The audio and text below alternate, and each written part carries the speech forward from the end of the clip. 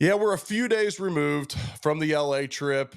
What are your lasting thoughts coming out of this Rams defeat? Yeah, I know. Just doing our daily show, a lot of people were focused on the end of the game. Right. And I was kind of more focused on how the defense really did not show up.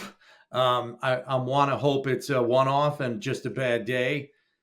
I think the thing that stuck out to me the most was just how there was little to no effect by the defensive line on Matthew Stafford. I just don't feel like they ever had an answer for the bootleg pass game, which is a staple of their offense. So it was just really surprising to see, even in the second half, they had no way to really neutralize that. And I think they're going to see a lot of that from Jared Goff this week when they play the Lions, knowing, they have a lot of the same concepts that the Rams utilize under Sean McVay. So I don't know. The defensive line has been a steady presence all season long, and I just think they were sorely absent in that game. And by not having their impact up front, I think the guys on the back end got hung out to dry a good bit.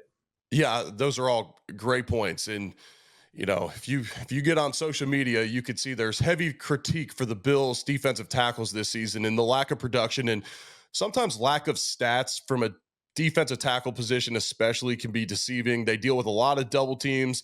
If Daquan Jones is doing his job on a play-by-play basis, he might not show up in the stat sheet, but Terrell Bernard might show up more, or Matt Milano might show up more because he's occupying the double teams. Little less frequent from the three technique at Oliver's position because usually they're working on more one-on-ones, but they can get double teamed as well. But I'm with you. There was the very first play of the game, you had a tackle for loss by Daquan Jones, and I thought, ooh, this is a very promising start, and that went out the window quickly. They didn't get him in many obvious pass rush situations, obvious pass situations. So, the defensive end production doesn't scare me as much just because they didn't have that many opportunities to truly tee off on them, but they had to resort to the blitz and they had answers. And it to me, McVay put together a game plan like they were playing for the playoffs, which they were. I mean, the way they attacked the Bills' defensive alignments with, okay, AJ Epinesa puts his hand in the dirt. Well, did you notice that all those jet sweep end arounds to Puka Nacua were at AJ Epinesa, who plays in that or in the 3-point stance, so he can't see the motion coming across. And then late in the game, he was able to make a play and get a tackle for loss, but that was after 3 big gains. And I just felt like McVay controlled that game with his play calling. Obviously, it takes execution, and it seemed that's not a one-off game for Matt Stafford, but that's as well as I've seen him play all season. So I'm not completely discouraged, but you give up 44 points, and what do you force one punt in the game? I mean, there is concern, but I'm going to chalk that up as a one-off. To me, when you come out of the game and you look at the offensive side of the ball, what stood out to me was obviously the passing game. There was huge effort. Shakir goes for over 100, but Amari Cooper got 14 targets in the game. Do you feel like Amari Cooper is emerging as that number one receiver, that guy on the outside that you can rely on week in and week out? Is Amari Cooper developing into that? I want to say he is. I think we have to remember the guy came in midstream, and to get them on the same page, it's interesting. So my office at One Bills Drive is at the end of the field house before we go into the studio and do our show.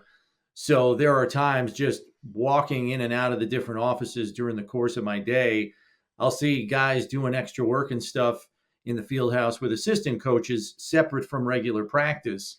And Amari Cooper has been out there routinely, I think, with DJ Mangus, and they're just going over routes all the time just to try to help him master the scheme and get as much of it under his belt as he can, knowing he's largely been playing catch up since he got here.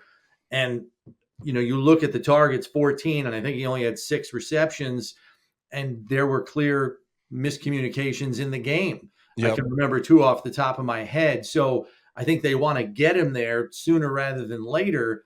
But I think there are still some hurdles for both him to clear individually and then to try to get to a point with Josh where they feel that they can up that percentage to a better number than it was last week. 6 of 14, I don't think is where they want to be. I think they want to be closer to 10 or 11 out of 14 if he's going to get that many targets. Yeah, I agree on 100%. I almost feel the same about Matt Milano. Okay.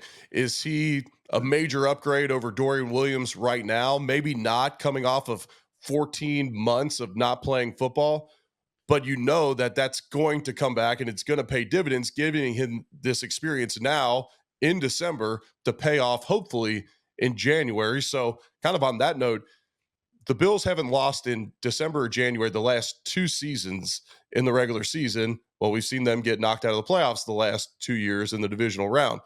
So, on that note, do you feel like a December loss can be beneficial to this team? And I think back to what Steve Tasker always says on One Bills Live. It's hard to maintain. If you peak too early, it's hard to maintain that through the end of the season. Yeah, it is. And you wonder about some of these other teams because Detroit's been doing it for a while too, and their roster is decimated on the defensive side of the ball. I Right. was stunned with how many players they're missing. I know we can get to that later, but yeah, I mean, it's hard to sustain that level of play. And I think sometimes when you're on a streak like the Bills were with 7 straight wins, I think it almost adds to the pressure to keep winning. And look, I'm not saying that you want to take losses. You want to try to win as many games as you can, especially with the race that the Bills are in right now, not only for the top seed in the conference, but with Pittsburgh breathing down their neck as well. So, uh, you know, can a loss like this help the team reset more effectively? We've seen it before. When the Bills dropped back-to-back games in week 4 and week 5 and didn't look good defensively in one and looked awful offensively in another, they reset and win 7 in a row. So I don't think anybody would be disappointed if that happened again, because that means they're winning the Super Bowl if they win another 7 in a row here, starting with Detroit. I think there's also the very real possibility they could drop back-to-back games again in light of the caliber of opponent they're facing this week. So, but I think that, and you can speak better to this than I can, I think there is something about a loss that resets everyone maybe a little bit more effectively. Guys are on their stuff, maybe a little bit more coming off a loss like that, and kind of redirect themselves in a way that caters to everybody, pulling on the rope as much as they should to win a football game. Yeah, and I think that's human nature. Human nature says, okay, when you get knocked down to the mat, okay, we got to figure it out here. We got to figure out what is hurting us right now. It's easier to find your mistakes after a loss. And Sean McDermott does a great job of, after a loss, he's not going to beat you into the tank. I always say that Sean's often harder after wins than he is after losses. After a loss, it's okay. These guys are down anyways. They're professionals. You've built this locker room of people that truly care and they want to win week in and week out. Okay, well, they're already down. Let's not beat them down, but let's find ways that we can get better and solve this. And I believe that's why his record's so good after a loss. After back-to-back losses, it's even better. And so, I expect Sean this week to address what needs to be addressed, not kill their confidence, because this is one of the best teams in the NFL, but then figure out what are the areas we need to address, where do we need to get better, and I believe they'll get those things solved.